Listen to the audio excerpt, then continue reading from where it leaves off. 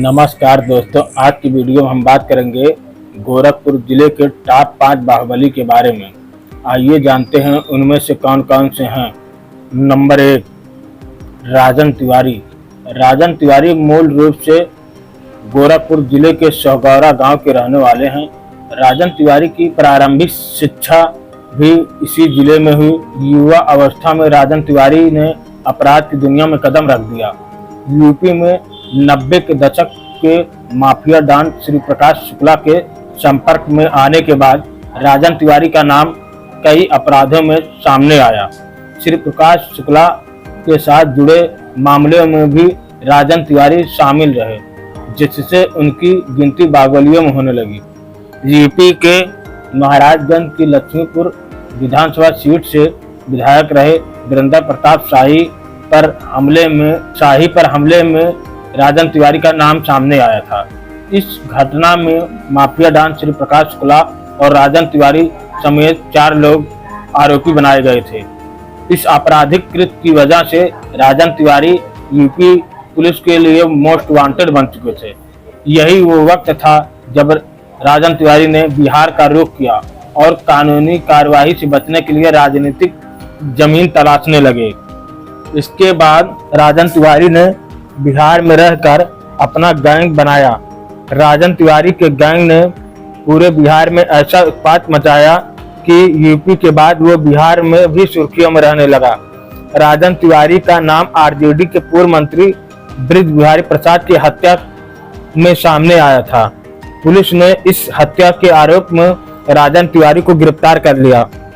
हालांकि पटना हाईकोर्ट ने करीब 15 साल बाद जुलाई 2014 में राजन तिवारी को इस हत्याकांड में बरी कर दिया। राजन तिवारी बहुचर्चित माकपा विधायक अजीत सरकार के हत्याकांड में भी आरोपी रह चुके हैं।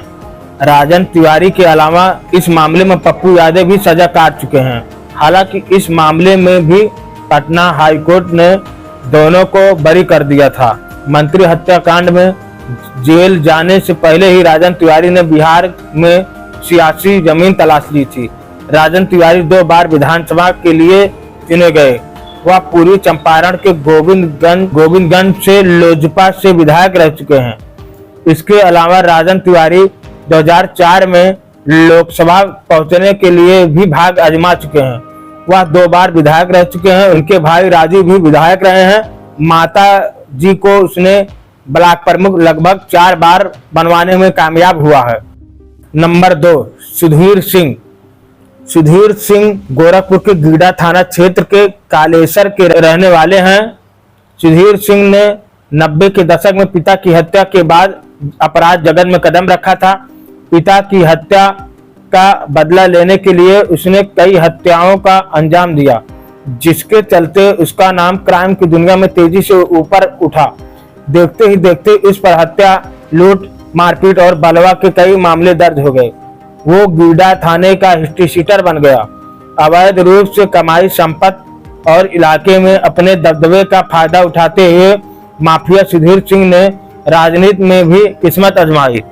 वो ब्लॉक प्रमुख रह चुके हैं। पत्नी और मां को भी प्रधानी सहित जिला पंचायत का चुनाव लड़वा चुके हैं। इतना ही नहीं, 2022 में सुधीर सिंह बसपा से विधानसभा का चुनाव भी लड़ चुके हैं। हालांकि उससे जीत की नसीब नहीं हुई। बताया जाता है कि सुधीर सिंह यूपी के सबसे अमीर माफियाओं में भी शुमार हैं। उसने क्राइम के दम पर अरबों की संपत्ति अर्जित की है। बीते दिन पुलिस ने उसकी 100 करोड़ की प्रॉपर्टी जब्त की है। इसके अलावा उसकी दर्जनों प्रॉपर्टी अभी भी पड़ी हुई है। पुलिस उसको चिन्हित कर रही है। सुधीर सिंह प्रदेश के 61 और जिले के टॉप 10 अपराधियों की लिस्ट में शामिल है। नंबर 3, श्री प्रकाश शुक्ला। श्री प्रकाश शुक्ला का जन्म वर्ष 1973 में गोरखपुर के मामखोर गांव में हुआ था। शुक्ला के पिता एक स्कूल में शिक्षक थे। वह अपने गांव में मशहूर पहलवान हुआ करता था। गांव के जानकार बताते हैं कि सन 1993 में श्री प्रकाश शुक्ला की बहन के साथ छेड़खानी की घटना हुई थी। छेड़खानी करने वाले शख्स की श्री प्रकाश ने बीच बाजार में गोली मारकर हत्या कर दी थी और इस तरह से महज 20 की उम्र में अपने पहले अपराध के साथ श्री प्रकाश शुक्ला की क्राइम की दुनिया में एंट्री हुई और इसके बाद वह बैंकॉक भाग गया। बैंकाक से लौटने के बाद सूर्यप्रकाश बिहार के मोकामा के चर्चित गुंडे और कभी निर्दलीय विधायक चुने जाने वाले सूरज भान सिंह के गैंग में शामिल हो गया। उसके बाद 22 साल की उम्र में रेलवे के ठेके में माफिया सूर्यप्रकाश शुक्ला ने जब एंट्री मारी थी और उसे मोकामा बिहार के माफिया सूरज भान दादा की साइन मिली। सूर्यप्रकाश और माफिया सूरज भान दादा की जोड़ी ने बाहुबली वीरेंद्र प्रताप शाही व बाहुबली हरिशंकर तिवारी के साम्राज्य को भी चोट पहुंचाने में कामयाब रही। वह राजनेताओं और व्यापारियों के लिए सबसे बड़ा सिरदर्द बन गया।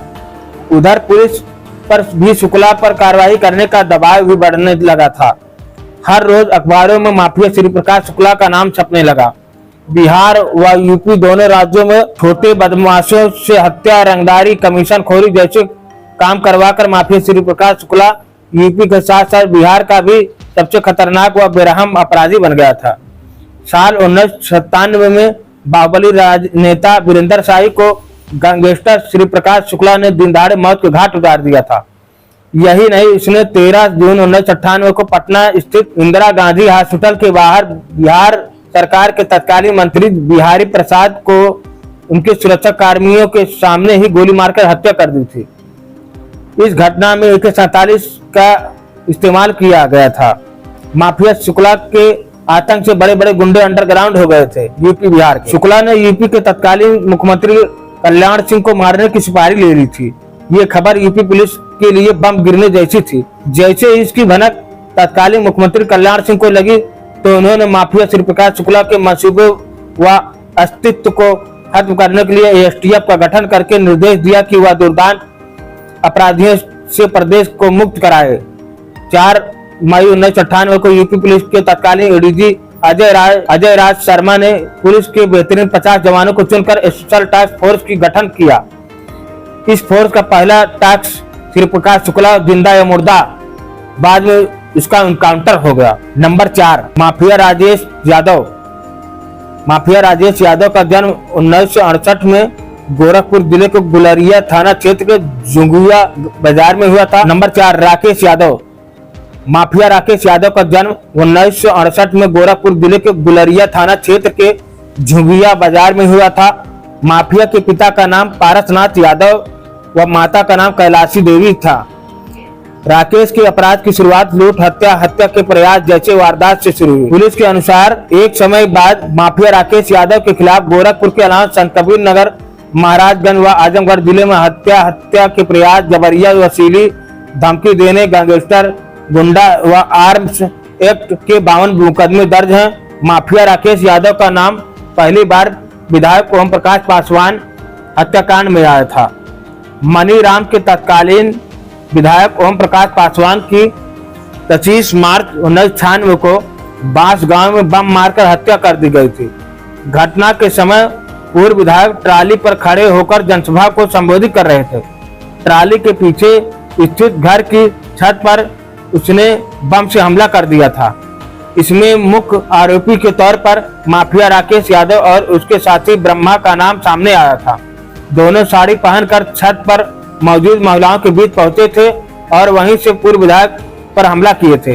इस घटना के बाद राकेश और ब्रह्मा का नाम जरायम की दुनिया में छा गया था। नंबर 5, हरिशंकर तिवारी। हरिशंकर तिवारी का जन्म 5 अगस्त 1933 को गोरखपुर के टांडा गांव में हुआ था। वह गोरखपुर विश्वविद्यालय से पढ़ाई करने के बाद वर्चस्व कायम के साथ ही चर्चा में आए थे।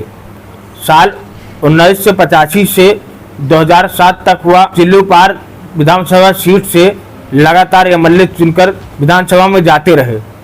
कहते हैं जब आपातकाल से पहले देश में छात्र आंदोलन और जेपी आंदोलन जोर पकड़ रहा था, उस दौरान उस आंदोलन की आग गोरखपुर विश्वविद्यालय में भी पहुंच चुकी थी। लेकिन उस समय विश्वविद्यालय में हरिशंकर तिवारी का वर्चस्व कायम था। ब्राह्मण छात्रों को वो मसीहा कहे जाते थे। उनका अपना अलग गुट था। उस वक्त ठाकुरों के गुट के नेता थे बलवंत सिंह। दोनों गुटों के बीच तकरार होती रहती थी। इन दोनों ने पूर्वांचल में आतंक स्थापित कर दिया था। कोई उनके खिलाफ आवाज नहीं उठा सकते थे। दोनों गुटों के बीच कई बार हिंसक झड़पें भी हुई। 80 के दशक तक हरिशंकर तिवारी एक बड़े बाहुबली बन चुके थे। देश के पहले ऐसे विधायक बने जिन्होंने जेल में रहकर चुनाव जीता था। यह साल 1985 का दौर था जब हरिशंकर तिवारी ने चिल्लीपार विधानसभा सीट से निर्दलीय चुनाव लड़ा। उन्होंने कांग्रेस पार्टी के मार्कंडे को भारी मते से परास्त कर दिया था। इसी के साथ हरिशंकर तिवारी देश के पहले ऐसे विधायक बने जिन्होंने जेल में रहकर चुनाव जीता। हरिशंकर तिवारी ने पहली बार जिस कांग्रेस पार्टी के प्रत्याशी को हराया, बाद में वो फिर से उसी पार्टी का दामन थाम लिया, लेकिन कांग्रेस पार्टी के बाद उनका संबंध भारतीय जनता पार्टी, समाजवादी पार्टी से भी रहा।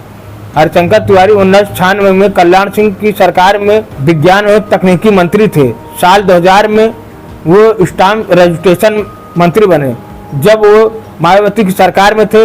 इसके बावजूद भी उनका सपा से संबंध कायम रहा। यही वजह थी साल 2003 में उन्हें सपा सरकार में भी मंत्री का पद मिल गया। इस साल के बाद हरिशंकर तिवारी की सियासत खत्म होने लगी।